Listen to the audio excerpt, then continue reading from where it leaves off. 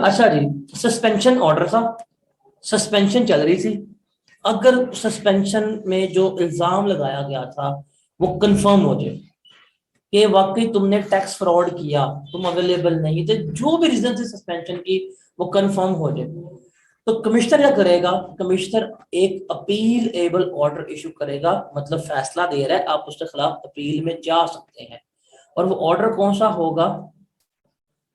वो black listing के लिए होगा, और उसके अगेंस्ट आप मतलब अगर आपको ब्लैक लिस्टिंग का ऑर्डर दे दिया जाएगा और आपके खिलाफ तमाम कानूनी और पीनल एक्शन जो है वो स्टार्ट हो जाएंगे। अब जो ऑर्डर होगा, जो ब्लैक लिस्टिंग का फरमान जारी किया जाएगा, जो ऑर्डर दिया जाएगा, उसके पर्टिकुलर्स क्या होंगे? रीजंस फॉर ब्लैक लिस्टिंग, के ब्लैक लिस्टिंग के रीजंस क्या है वो लिखी होंगी।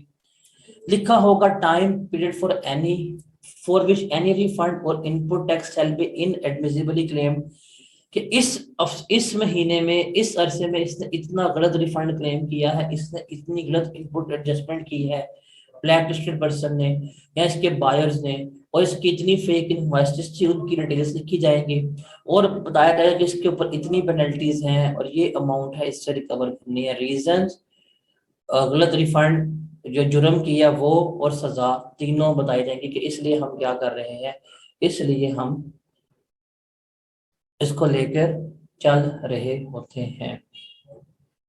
उसके अंदर ही the order of black listing shall be issued within 90 days of notice of hearing, कि जब आपकी कार्रवाई शुरू हो जाएगी तो कार्रवाई शुरू होने के बाद 90 दिन के अंदर अंदर ब्लैक लिस्टिंग का नोटिस इशू होना चाहिए। अगर ब्लैक लिस्टिंग का नोटिस 90 दिन के अंदर अंदर शुरू नहीं होता, मतलब केस चल पड़ा हुआ है, कार्रवाई हो रही है, 90 दिन में फैसला नहीं हुआ, तो जो आपकी सस्पेंशन की गई है वो वाइड एप्लीकेशन हो जाएगी। अगर आप ब्लैकलिस्ट हो गए हैं तो copies of that order shall be endorse to registered person.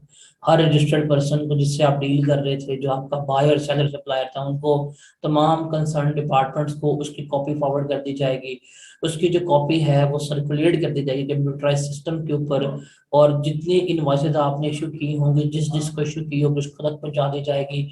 और तमाम जो ऑफिसर ऑफ इनलैंड रेवेन्यू के होंगे बंदे, उनको अनेबल कर दिया जाएगा कि इस इनवॉइस पे जो ब्लैक लिस्टेड बंदे ने इशू की हुई है, इनके ऊपर आपने रिफंड क्लेम नहीं करना। मतलब पूरे जहान में आपकी ब्लैक लिस्टिंग के चर्चे कर दिए जाएंगे, इस बंदे को हमने ब्लैक लिस्ट कर दिया है। तो ये ब्लैक लिस्टिंग है। ब्लैक लिस्टिंग और जो सस्पेंशन है वो आपके पेपर में अक्सर आती है कि ब्लैक लिस्टिंग कैसे होगी, सस्पेंशन कैसे होगी, इसको हमने यहाँ पे कंप्लीट कर लिया।